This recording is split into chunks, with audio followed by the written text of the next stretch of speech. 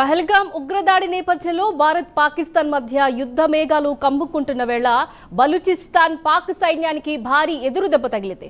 బలూచిస్తాన్ శుక్రవారం జరిగిన శక్తివంతమైన పేలుడులో 10 మంది పాక్ సైనికులు హతమయ్యారు. రోడ్డు పక్కన బాంబు పేలడంతో వాహనంలో ప్రయాణిస్తున్న 7 పాక్ ఆర్మీ సిబ్బంది మరణించారు.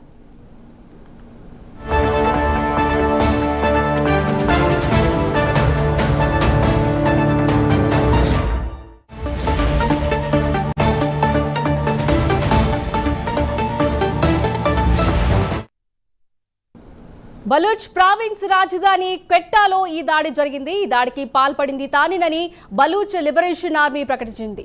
బలూచ్ ప్రజలు ఇప్పటికే తమకు స్వతంత్రం కావాలని నినదీస్తూ పాక్ సైనికులు అధికారులే లక్ష్యంగా బిఎల్ఏ దాడులకు పాల్పడుతోంది. మరోపక్క స్వాతంత్ర్యం కోసం ఉద్యమిస్తున్న బలూచ్ ప్రజలను పాక్ ప్రభుత్వం క్రూరంగా హింసించడం, జైల్లో పెట్టడం వంటి ఘటనలకు వ్యతిరేకంగా బలూచిస్తాన్ వ్యాప్తంగా బీవైసీ శుక్రవారం భారీ నిరసనలకు పిలుపునిచ్చింది.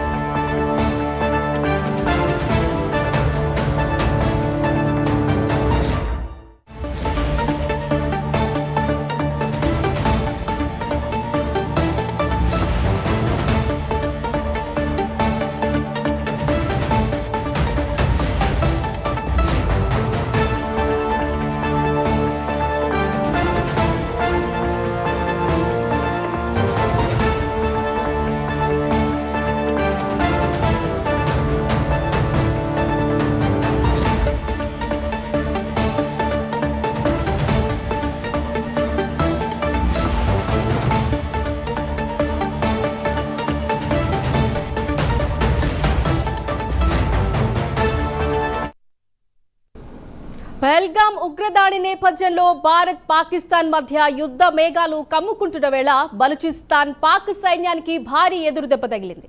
రైట్, దీని గురించి మరింత సమాచారం మా ప్రతినిధి అసోసియేట్ ఎడిటర్ రాజు అందిస్తారు. రాజు, చెప్పండి.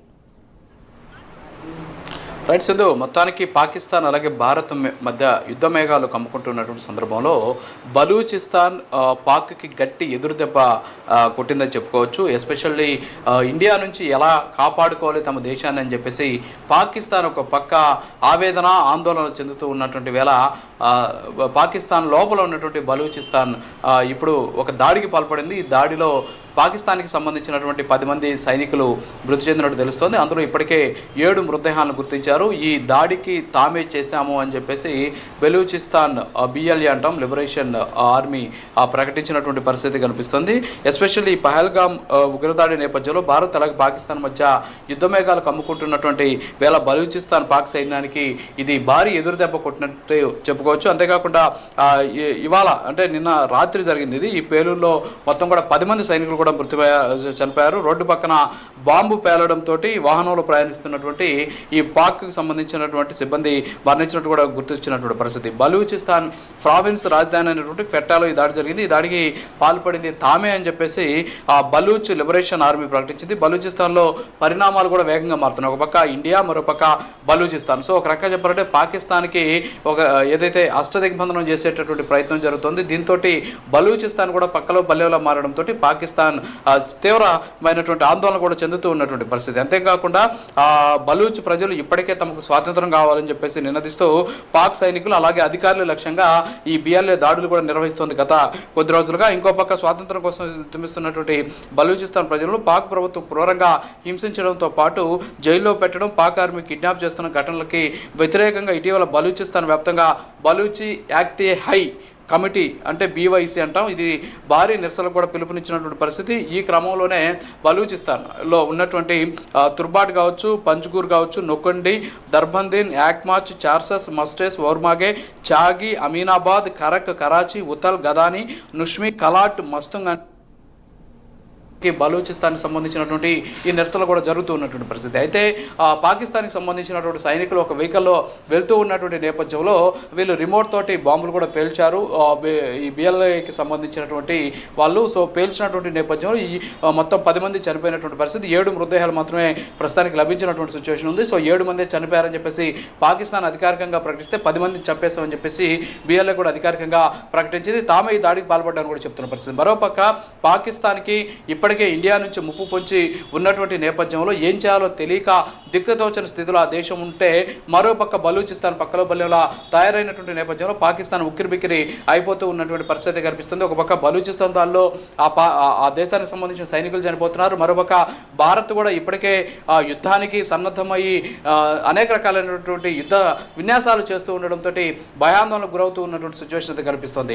అయితే ఓవరాల్గా చూసుకుంటే ఇప్పుడు పాకిస్తాన్ దగ్గర యుద్ధ మేఘాలు కమ్ముకోవడంతో పాటు ఇతర దేశాలన్నీ కూడా పాక్కి మద్దతుగా ఎవరు కూడా మద్దతు ఇచ్చే అవకాశం లేదు. ఒక రకంగా చెప్పాలంటే ప్రపంచ దేశాల ముందు పాక్ దోషిగా నిలబడుతోంది. అంతేకాకుండా పాకిస్తాన్ ఒంటరిగా మారుతూ ఉన్నటువంటి వేళ పాకిస్తాన్ ఏం చేయాలో తెలియనటువంటి సిచ్యువేషన్ ఉంది. ఇంకో పక్క సింధు జలాలను కూడా ఆపేసినటువంటి నేపథ్యంలో సింధు జలాలు రాకపోతే పాకిస్తాన్లో ఉన్నటువంటి ఇప్పటికే పంజాబ్కి సంబంధించిన అంటే పాకిస్తాన్లో ఉన్నటువంటి పంజాబ్ రాష్ట్రానికి సంబంధించినటువంటి సీఎం కూడా నిన్న రాత్రి ఆయన మీడియాతో కూడా మాట్లాడారు. అక్కడ పంజాబ్ ప్రావిన్సెస్కి సంబంధించి ఆ ప్రాంతంలో అక్కడ మాట్లాడే సందర్భంలో సింధు జలాలు కానీ రాకపోతే దగ్గర తమ రాష్ట్రంలో ఉన్నటువంటి మొత్తం వ్యవసాయంతో కూడా సర్వనాశనం అయ్యేటువంటి అవకాశం ఉన్నాయి. దీని ద్వారా పాకిస్తాన్కి అవసరమైనటువంటి ఆహార ధాన్యాలు కావచ్చు, అంతేకాకుండా ఇతర వాటికి కొరత ఏర్పడేటటువంటి పరిస్థితి ఉంది అనేసి ఆయన కూడా ఆందోళన చెందినటువంటి పరిస్థితి. అయితే మరోపక్క అయితే పాకిస్తాన్కి సంబంధించిన ప్రధాని కావచ్చు, ఉప ప్రధాని కావచ్చు, అలాగే సైనిక చీఫ్ ఎవరైతే ఉన్నారో వీళ్ళు కవ్వింపు చర్యలకు పాల్పడడం, అంతేకాకుండా ఒక రకమైనటువంటి అంటే